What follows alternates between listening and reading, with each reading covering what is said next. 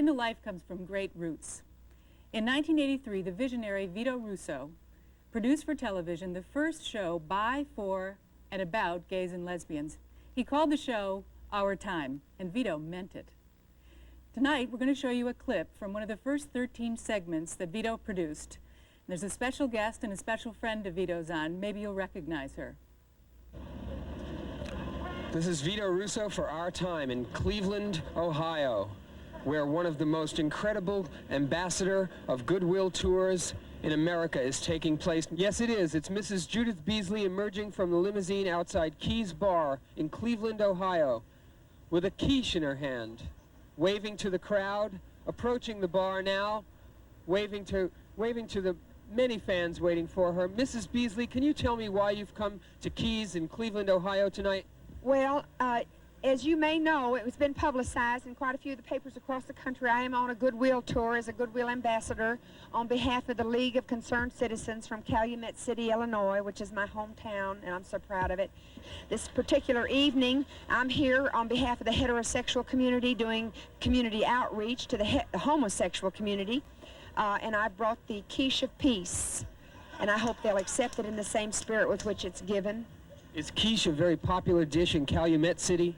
Well, it isn't. I'll tell you quite truthfully, a lot of us in Calumet City used to think that quiche actually caused homosexuality. Of course it doesn't. But Harold thought so too. It was years before I could get him to take a bite. You know, real men just don't eat quiche. I know they can't spell it. Well, I think I'll go inside now and see if I can't make a little headway in sort of unifying humanity through the breaking down of sexual barriers. Thank you very much, ladies and gentlemen. The presentation of the quiche of peace.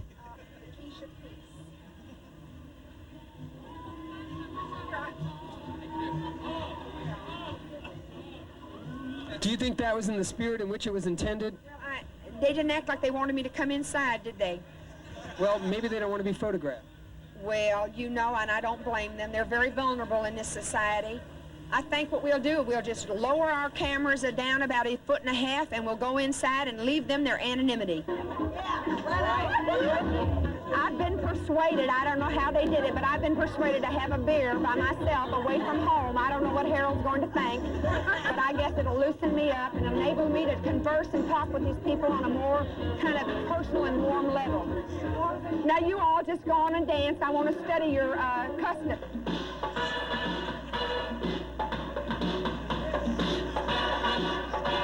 You know, it saddens me because so often as I've traveled around the country visiting these establishments, so many of the young women I've talked to, first of all, they will not let me shoot them from the waist up.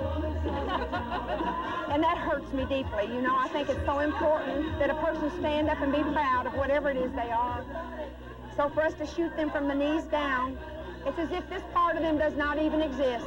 And you know, that's where their heart is.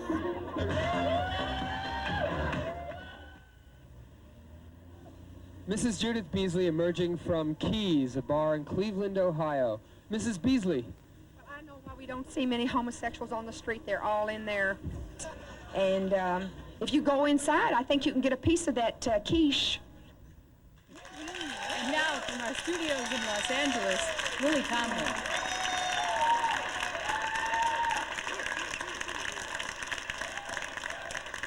Oh, that piece of film, Vito and I made that in 1983, so it's hard to talk about Vito and be able to make you get just how special he was, how intelligent he was, how funny, how passionate, how innocent, how exposed his nerve endings were.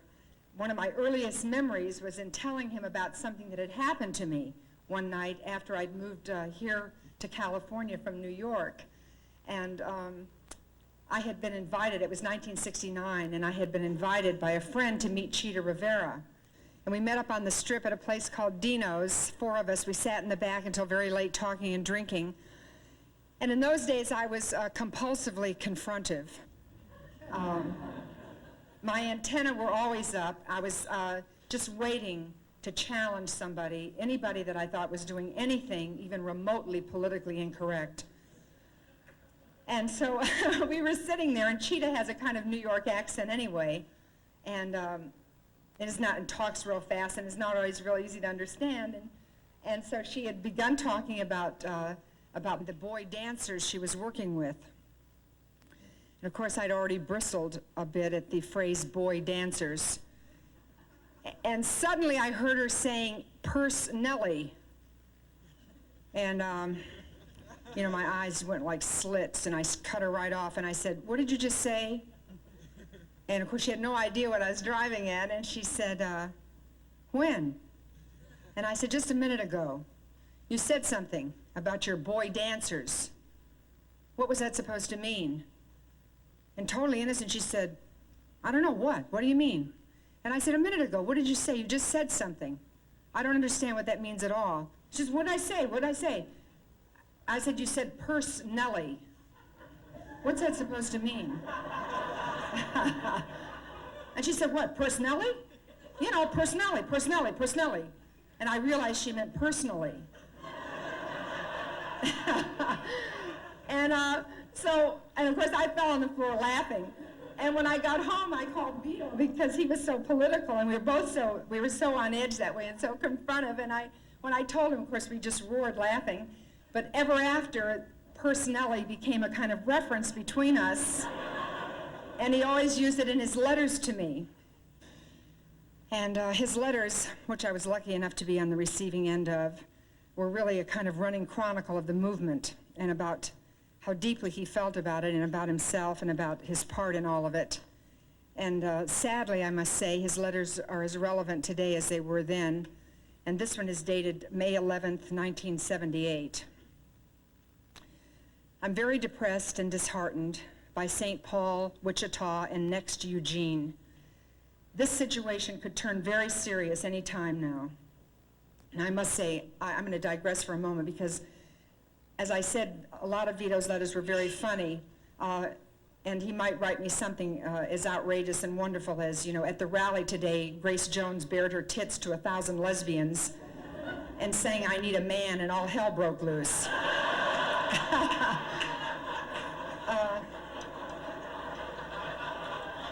But this letter is quite different. He says, "The connections with Jews raised by Anita Bryant in Playboy are indicative to me of a larger and more threatening movement against people who are different in any way. From what I've seen on TV lately and read in interviews, the issue of gay rights is rapidly boiling down to the synthesis of the real question. Blind to the fact that they are helpless to stop their children from being gay, the family units are saying that they have a right to put us back in the closet so that their children won't be influenced by positive role models. They want us to hide so they can play out the American illusion in comfort. Did you know that active family units are only 17% of our population now? Anita Bryant's idea of the American family is a myth, and we're the truth they don't want to hear. Of course, this all makes me angry and more determined to allow them to see who I really am wherever I go, not willing to be swallowed up. It's hard to make people see this as a pressing issue, though, especially in places where gay life is tolerated in a surface way. It's like 1930s Germany. I guess celluloid closet is first, and then I'll take a look around to see how other statements can be made. By the way, did you see that the president is on the same bill as Anita Bryant next month at a Southern Baptist convention in Atlanta? Personally, I think this country is going to the dogs. Love, Vito. And Vito, personally, I miss you very much. We never thought that when gay people came out of the closet that our problems were going to be solved. Our problems were just beginning because our very visibility is what freaks them out the most. Vito Russo was a man who defied categorization. He was an author, AIDS activist, film critic, celebrity, hero, lover, and friend.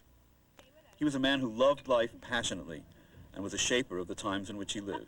It's a sort of interesting time in history because on the one hand, people are learning more about lesbians and gay men than ever before in history because of this epidemic, and on the other hand, it's giving the right wing an excuse to attack us. Vito's rise to prominence in our community began in the early 1970s when he united his love for the movies with his devotion to gay politics by staging the first all-night gay and lesbian film festivals. His groundbreaking lectures on the depiction of lesbians and gay men in film grew into his book, The Celluloid Closet, published in 1981. In it, he accused Hollywood of lying about our lives on screen. That was only one of the issues he addressed head-on when, in 1983, he wrote, produced, and co-hosted Our Time. I'm Vito Russo, and you are watching Our Time, which is a brand new idea in television. This is a show by, for, and about lesbians and gay men. This history-making show included segments with Lily Tomlin, Rita Mae Brown, and Brad Davis, and a backstage visit with Tony Award winner Harvey Fierstein before the premiere of his hit musical, La Cage aux Folles. I think it's going to become the gay anthem. There's a song called I Am What I Am. Vito's love of film came full circle when he achieved national fame on screen himself in the moving documentary Common Threads, Stories from the Quilt, a touching, candid portrait of people who made panels for the AIDS Memorial. One of the 5 stories featured was based on the panel Vito created for his lover, Jeffrey Sevcik. The film, first seen on home box office, was honored with the Academy Award for Best Documentary Feature in 1990. The community that Vito loved so much showed that they loved him in return by honoring him with award after award. He counted Lily Tomlin and Bette Midler among his friends, but he was something of a celebrity himself. When a young fan of his was told that Vito had just been seen with Elizabeth Taylor, he said, "No kidding, you know Vito Russo?" Vito, the author, the film historian, the teacher, the activist, and finally the person with AIDS, instilled passion, rage, and hope in all whose lives he touched. Vito was a model for what life out of the closet could become. You know, I never cared about what people thought about me before there was such a thing as AIDS, and I don't care about it now. You know, I'm not on this earth so other people can approve of me. That's not my, you know, that's not why I'm here. You know, I'm here so that I can approve of myself. The higher you build your barriers, the taller I become. The farther you take my rights away, the faster I will run. You can deny me, you can decide to turn your face away. No matter, 'cause there's something inside so strong. I know that I can make it, though you're doing me wrong, so wrong. You thought that my pride was gone, oh no. There's something inside so strong. Whoa, no, something inside so strong. The more you refuse to hear my voice, the louder I will sing. The more you refuse the things I need, the more I want everything. Deny my place in time, you squander wealth that's mine. My light will shine so brightly it will blind you. 'Cause there's something inside so strong. Oh, I know that I can make it, though you're doing me wrong, so wrong. You thought that my pride was gone, oh no. There's something inside so strong. Oh no, something inside so strong. Brothers and sisters, when they insist we're just not good enough, what do we do then? We'll look them in the eyes and say, we're gonna do it anyway. We're gonna do it anyway. We're gonna do it anyway. We're gonna do it anyway. Something inside so strong. I know that I can make it, though you're doing me wrong, so wrong. You thought that my pride was gone, oh no. There's something inside so strong. Whoa, no, something inside so strong. Something inside, something inside so something inside, something inside. There's something so strong.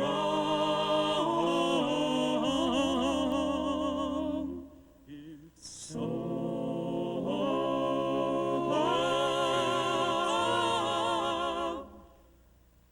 strong.